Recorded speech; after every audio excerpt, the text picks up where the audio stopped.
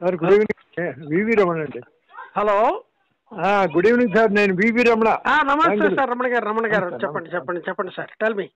Sir, Nivala CLC meeting This 17th meeting, they have adjourned the meeting to 17th June. Well, UBA is not interested in it. No. Don't say like that. I think it is linked to our issues or linked to the court. Okay, sir. But they can discuss about measure of 8,088 points. Right from the beginning, IBA has already taken a stance. It is subjudice, pension updation issue. Let us not discuss. That's okay. About measure of 8,088 points and review of this thing they can take up. What is the hurdle for that? I don't know. They should have discussed that matter because it is an issue in the under the residual. It should have been decided today. I also expected at least 8,088 points DMRJ should have been figured in these discussions in view of this is a directly related issue. For small benefits, they want to give territories. They want to postpone years together. It means it is.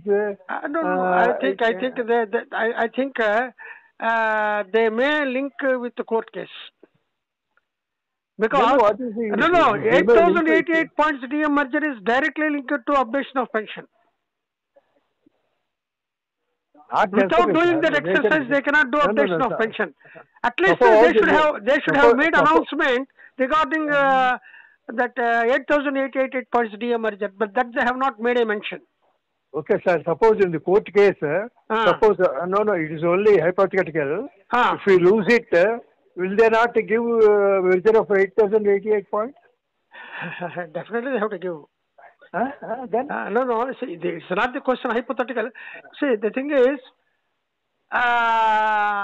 the documentary evidences are very much there with regard to the stance taken by us with regard to pension updation.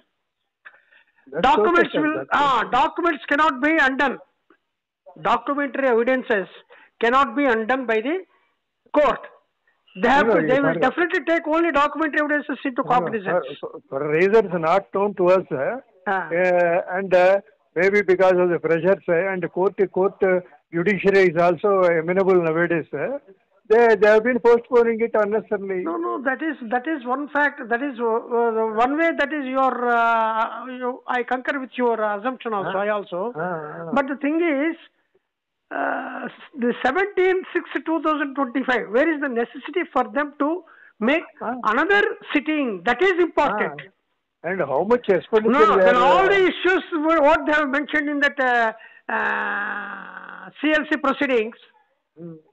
All are covered and they have signed. That means this meeting is also inconclusive.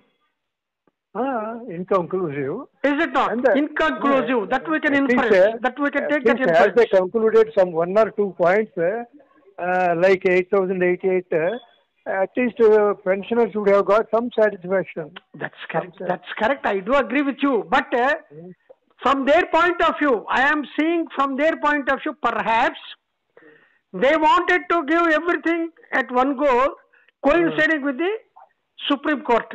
Say they have, insofar as the issue of pension updation is concerned, vis-a-vis 8,088 points DM merger, which is also interlinked.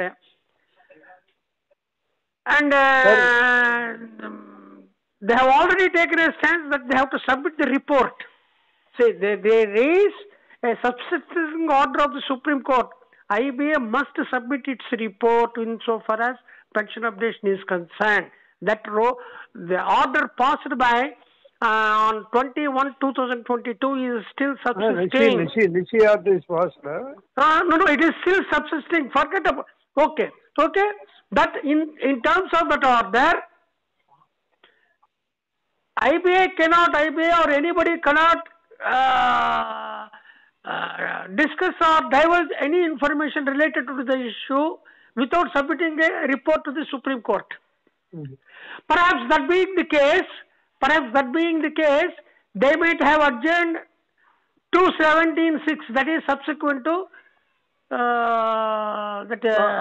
holidays. Summer vacation. That means our court case also will be adjourned. That's all, obviously. Perhaps that may be the reason. There cannot be any other reason.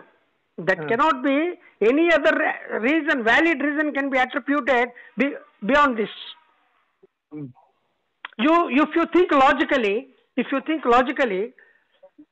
issue is not figured. 8,088 points demerger is not figured. That means all issues are not discussed in this CLC meeting also, in today's CLC meeting also. That means it is inconclusive. When it is inconclusive, the matter is postponed for another date, that is posted to 17th June. That means the issues that were not figured, which ought to have been figured in this meeting, will figure in the proposed 17th-6. I think this may be coincided with the Supreme Court adjournment date also. Our officers working in unions, IBOC and ABOA, they have got No, forget about all those things. No, all these things you keep it aside. I am talking about the postponement. One fact is correct. Let us go by facts only. Let us not think about unions and all these things. Keep them aside first.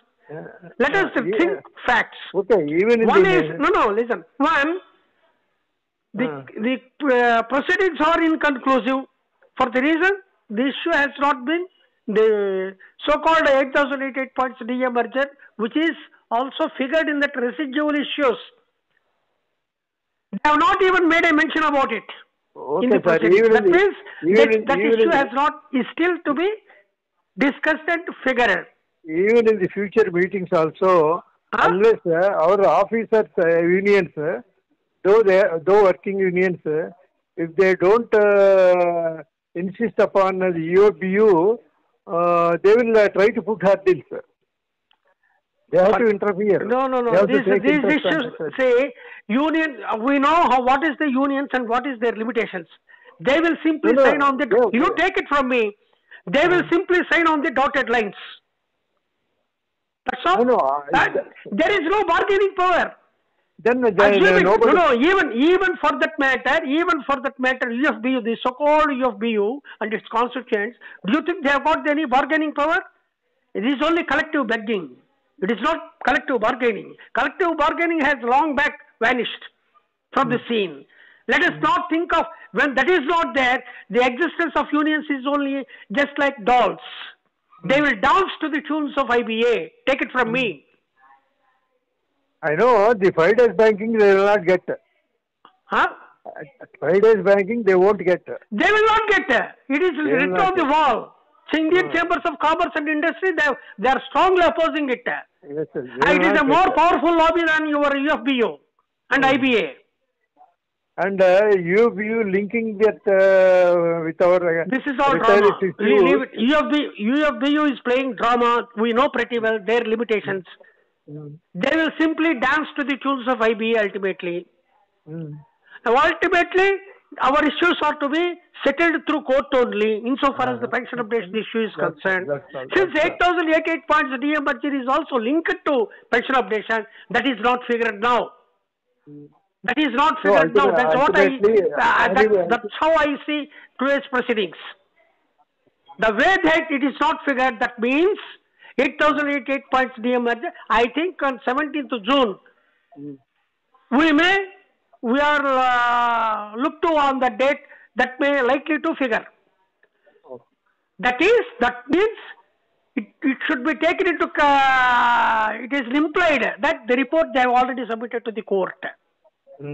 Only after submitting to the court only that they can disclose, it becomes an open document. Till such time it cannot be disclosed. It will not be figured.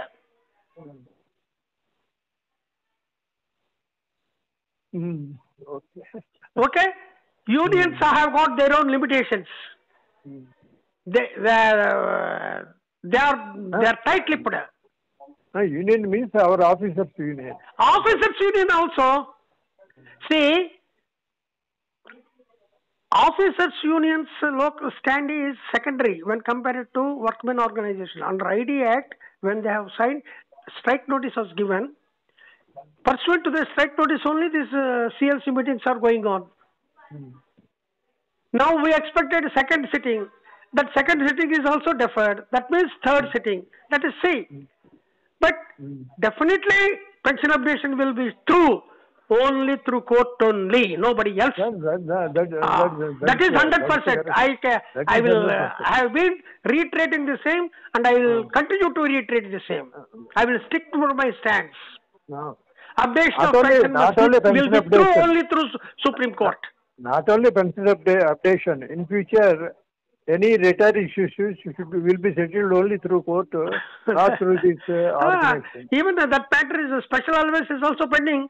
Everything. Everything retirees, we have to bank upon legal recourse only, because you cannot get anything justice through bipartite negotiations. Because it was revealed that basically the policy of EOP is detrimental to the interest of the retiree. I'd say it is united form of useless bank unions. One more U I will add. It is useless united form of bank unions. Insofar as retirees issues are concerned.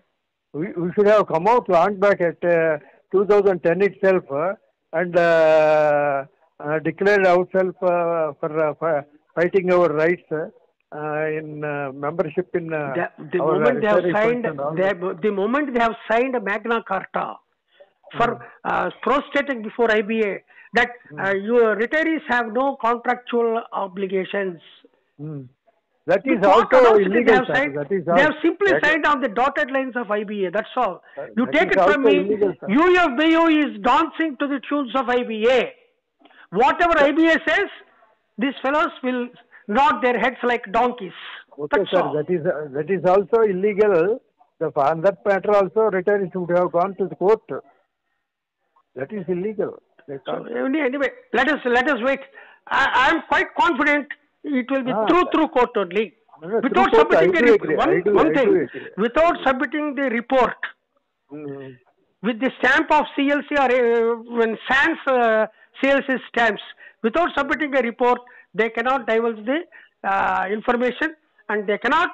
There will not be any announcement, public announcement insofar as pension updation issue is concerned.